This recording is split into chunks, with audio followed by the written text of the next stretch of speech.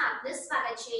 સાંતલપુરના પીપરાડા checkpost પરથી નકલી નોટોનો જથ્થો પોલીસે ઝડપી પાડી એક આરોપીની અટકાયત કરી। ગુજરાતમાં બનાવટી નોટોની હેરાફેરીના અનેક કિસ્સાઓ સામે આવતા હોય છે, ત્યારે પાટણ જિલ્લાના સાંતલપુર ખાતે સાંતલપુર પીપરાડા ચેકપોસ્ટ પરથી નકલી નોટોનો જથ્થો ઝડપી પાડવામાં આવ્યો છે।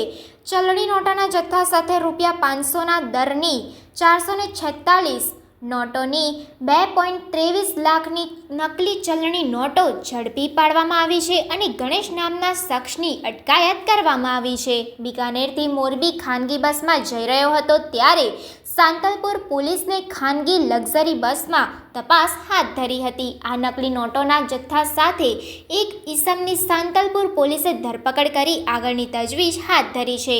સાંતલપુર પોલીસ દ્વારા નકલી નોટોનો કાળો કારોબાર ઝડપી પાડી પ્રશંસનીય કામગીરી કરેલ છે। આ નકલી નોટોનો પગ પેસારો ક્યાં સુધી ફેલાયેલો છે તેમજ આ નકલી નોટોના કાળા કારોબાર પાછળ કોણ હોઈ શકે, આ કાળા કારોબારનો માસ્ટરમાઇન્ડ કોણ છે, આ બાબતે વિજિલન્સ તપાસ કરે તો એક નહીં અનેક માથાઓ સંડોવાયેલા હોય તેવા અનેક સવાલ લોકોમાં ચર્ચાઈ રહ્યા છે।